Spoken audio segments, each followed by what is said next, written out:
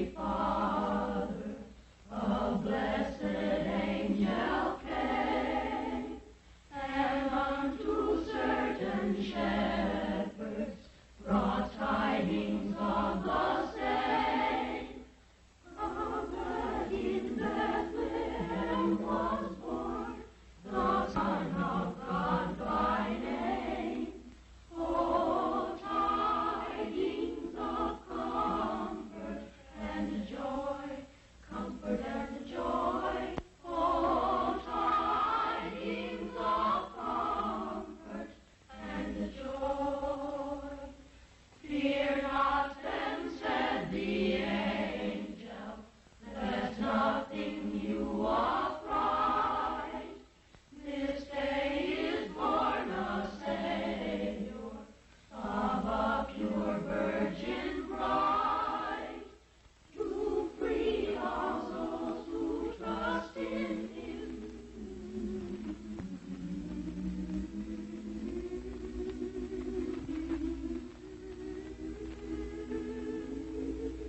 Gilbert K. Chesterton once said, "In everybody there is a thing that loves children, fears death, and likes sunlight. And this thing enjoys Charles Dickens." Before I tell you about the Christmas Carol, let me read to you what Charles Dickens himself wrote about this story. I have endeavored in this ghostly little story to raise the ghost of an idea which shall not put my readers out of humor with themselves, with each other, with the season, or with me. May it haunt their houses pleasantly. Charles Dickens. To begin with, Jacob Marley was dead. There is no doubt about that. You will therefore permit me to repeat emphatically that Marley was as dead as a doornail. Did Scrooge know that he was dead? Of course he did. Ebenezer Scrooge and he had been partners for I don't know how many years. Scrooge never painted out Marley's name, and so there it stood 7 years afterwards above the warehouse door. Ebenezer Scrooge. Oh, but he was a tight-fisted old sinner, hard and sharp as flint. The cold within him froze his features because he always carried his own low temperature with him. And he didn't thaw 1 degree. Not even at Christmas.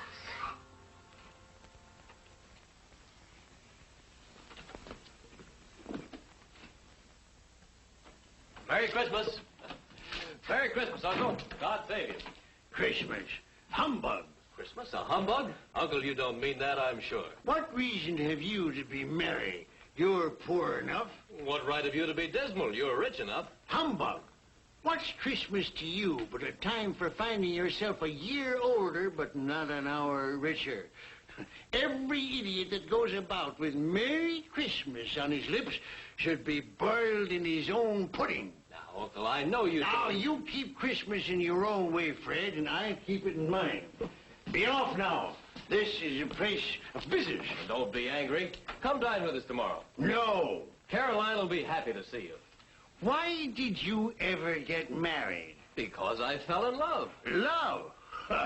That's the only thing in the world more ridiculous than a Merry Christmas. Good afternoon, nephew. Uncle, I'm sorry with all my heart to find you like this. Merry Christmas, Bob. Merry Christmas, sir. Let me hear another sound from you, and you'll keep your Christmas by losing your situation.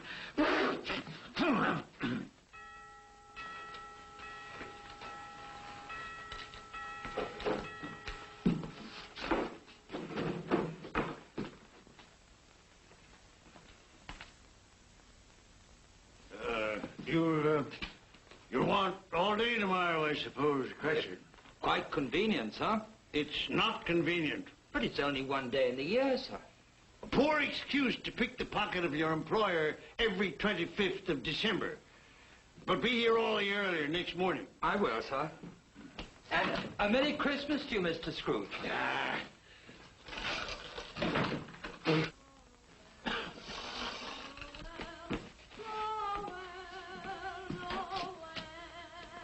Christmas. Nonsense. Humbug.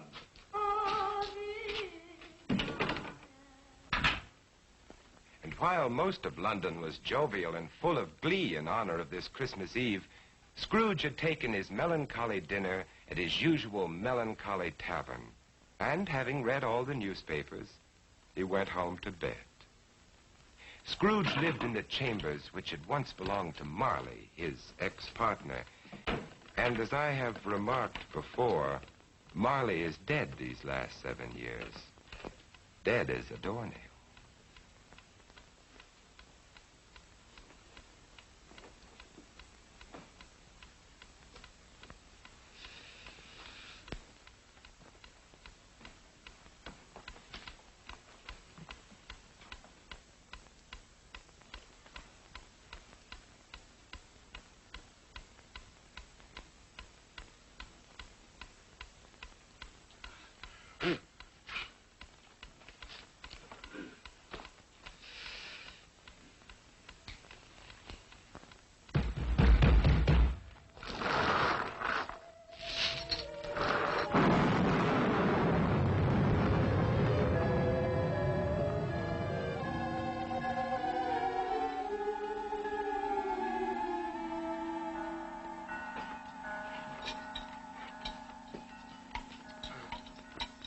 Ebenezer Scrooge?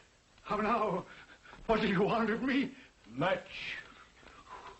Who are you? Life I was your partner, Jacob Marley. You don't believe in me? I don't.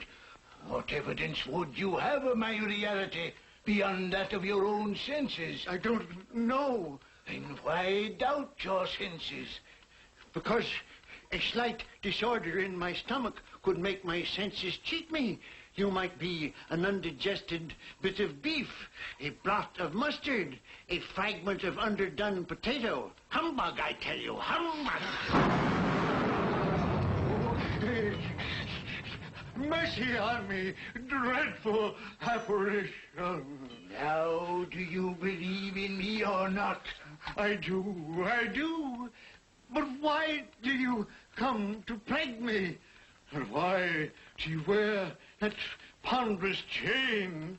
I made it, link by link in my life, as you are doing for yourself on earth. It is now a part of my penance, and I am here tonight to warn you of a fate such as mine. But, Ebenezer, if you change your ways, you have a chance of escaping my doom. You were always a good friend to me, Jacob. Thank you. Thank you. You will be haunted by 3 spirits. Without their visits, you cannot hope to shun the path I tread. Expect the first tomorrow, when the bell tolls 1. Expect the next on the following night at the same hour, and the third on the next night, when the last stroke of 12 has ceased to vibrate. Couldn't I take them all at once, Jacob, and have it over with? Look to see me no more, and look that for your own sake you remember what has passed between us.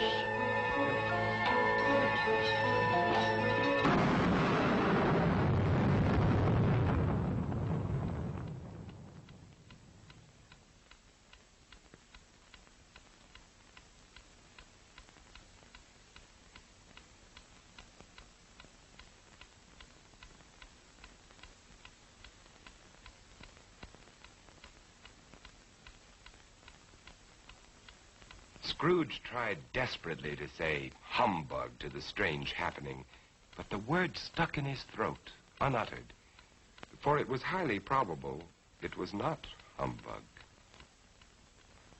Being very much in need of repose from the experience he had undergone, or shall I say, fatigues of the day, he went straight to bed without undressing and fell asleep in an instant. A few hours later,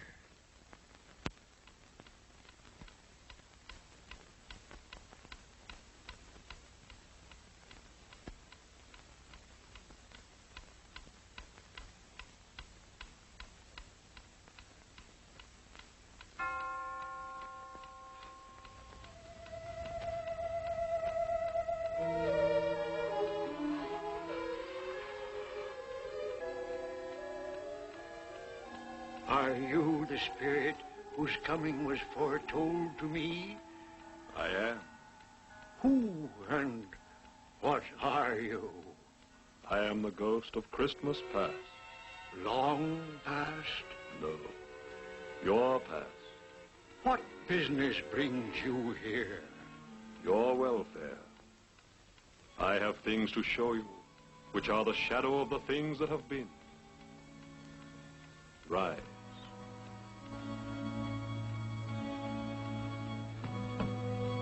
And walk with me.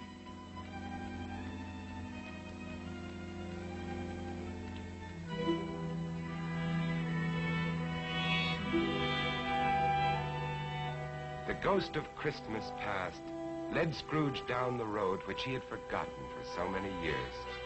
He showed him a Christmas day in the past, which was a happy one for most children, but not for one lonely schoolboy. Ebenezer Scrooge. Do you know that boy?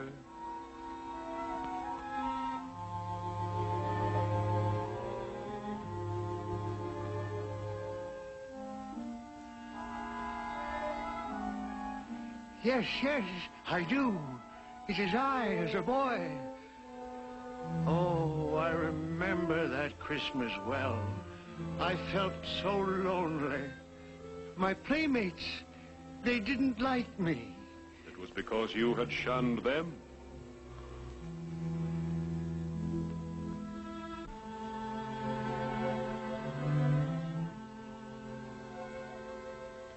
Oh, poor boy. I wish... What is the matter? There was a boy singing a Christmas carol on the street last night. I should have liked to have given him something, that's all. Shall I show you another Christmas, 40 years ago, when a fair young girl released you from your marriage contract? No, no. Because she discovered you had ceased to love her. Your greed, avarice, and desire for wealth had killed the love she had for you. No, no, Spirit. Show me no more. Leave me. Haunt me no longer. Awakening in the middle of a prodigiously tough snore and sitting up in bed to get his thoughts together, Scrooge had no occasion to be told that the bell was again upon the stroke of one.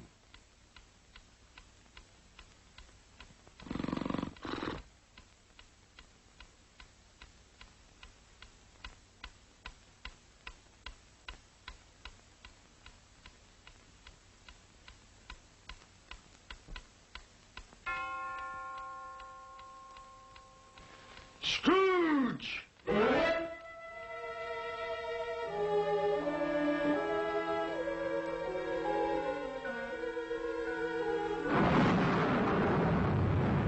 I am the ghost of Christmas present. Look upon me. Yes, Spirit. Conduct me where you will. I went forth last night on compulsion, and I learned a lesson which is working now. Tonight, if you have aught to teach me, let me profit by it. Touch my robe.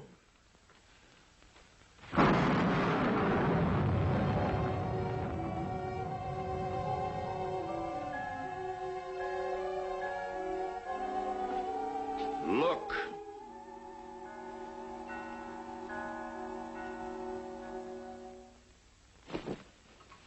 Belinda, bring the plates. Oh, Mother, Belinda, there's a great deal of work to be done. Help your sister. Missy, you get this. If I came by outside, I could smell the sage and the onion. And you knew it was ours, Mother. Oh, I certainly did, boy. Peter, set the chairs. Can I put some chocolate on the fire, Mother? No, your father will do that when he comes. What has gotten your precious father? And your brother, Tiny Tim?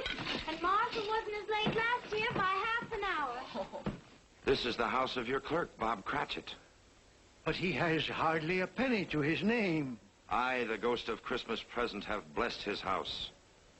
Here comes Bob now with another member of his family, Tiny Tim. And a Merry Christmas, everybody. And there you are, Tiny Tim, right in your own chair. Merry Christmas, Bob. And Martha. Yes, here I am again. Christmas wouldn't be Christmas without Martha coming to visit us. Bob. And how did Tiny Tim behave today, Bob? Fine. He told me coming home that he was glad he'd been to church, because it's pleasant to remember that the day is called Christmas. after he who made the lame to walk and the blind to see. Oh, beautiful Christmas table. It would be more beautiful if we had a turkey, but we'll manage. Of course we will. See what a happy family your clerk has on only 15 shillings a week? Tiny Tim. I didn't know he was sick and a cripple. Mr. Scrooge. I give you Mr. Scrooge, the founder of the feast. The founder of the feast, indeed. I wish I had him here. I'd give him a piece of my mind to feast upon. Dear, it's Christmas Day. It should be Christmas Day, I'm sure, when one drinks the health of such an odious, stingy, hard, unfeeling man as Mr. Scrooge. My dear, it's Christmas. Very well. I'll drink his health for your sake, and because it's Christmas. Long life to him. A Merry Christmas and a Happy New Year. A Merry Christmas and a Happy New Year. God bless us, everyone.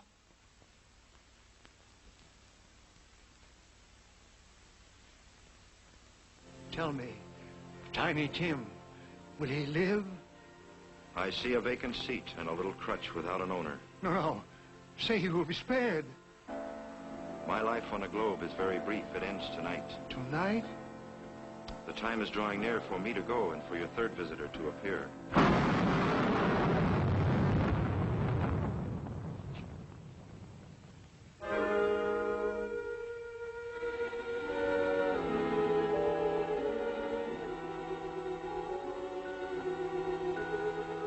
I am in the presence of the ghost of Christmas yet to come. Ghost of the future, I fear you more than any specter I have seen. But lead on, I want to know.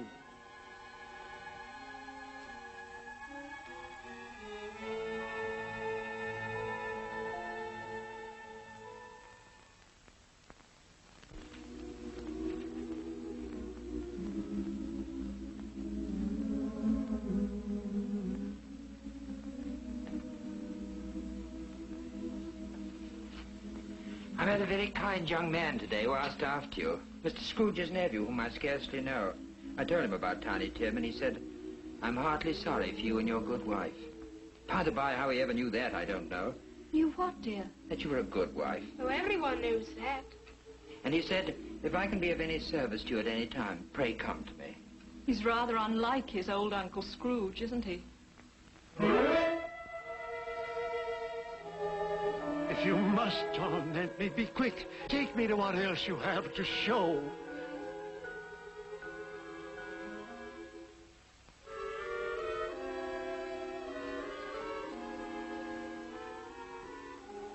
I don't know much about it either. I only know he's dead. When did he die? Last night, I believe. What had he done with his money? I haven't heard. But he'll have no use for it where he's going. It's likely to be a cheap funeral, for upon my life I don't know anyone to go to it. Suppose we make up a party and volunteer. When I come to think of it, I'm not at all sure that I wasn't his most particular friend. For we used to stop and speak whenever we met. I don't mind going to his funeral if lunch is provided. Tell me what man they are speaking of. Who is it that lies dead?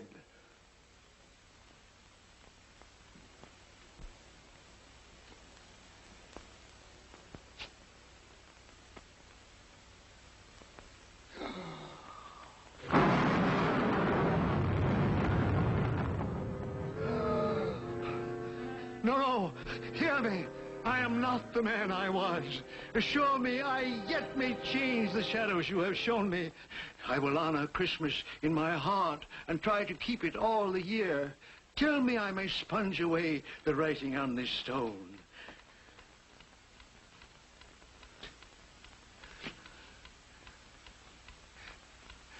Marley!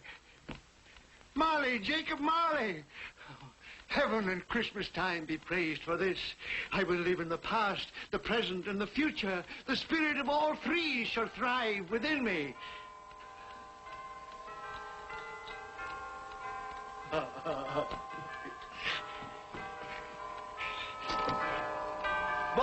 oh boy! Yes, sir? What's today? What, sir? What's today, my fine fellow? Today? Why, Christmas Day, sir. It's still Christmas, and I haven't missed it.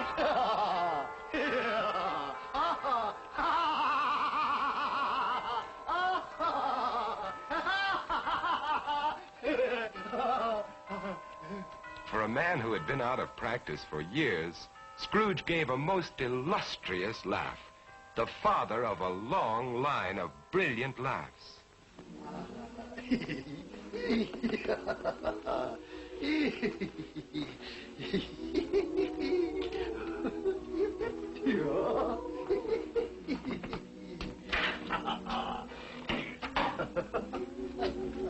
And Scrooge dressed himself all in his best, and at last got out into the streets, wishing everyone he met a Merry Christmas. Mr. Fred! Come in. Have you room at your table for some friends? Oh, you're very welcome, Mr. Fred, son. You too, ma'am. I only hope that our lowly feast is to your liking. Now, don't fret about provisions. We've brought plenty for all. Merry Christmas, Bob. Mr. Scrooge! And Mrs. Cratchit, for you. Mr. Scrooge! My dear, that's for you. Darling, for you. For me? And you, sir. Oh, Mr. Scrooge, I don't know how we can ever thank you. Don't. And I'm going to raise your salary and help your large family in every way possible. And Tiny Tim.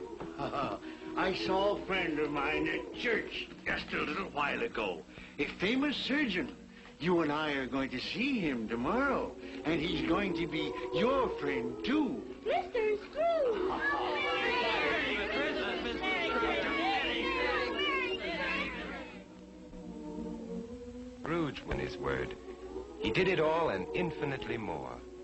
And to Tiny Tim, who did not die, he was a second father.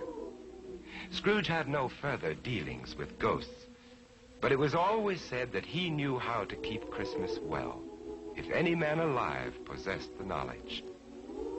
May it truly be said of us, and all of us. And so, as Tiny Tim observed, God bless us, everyone. The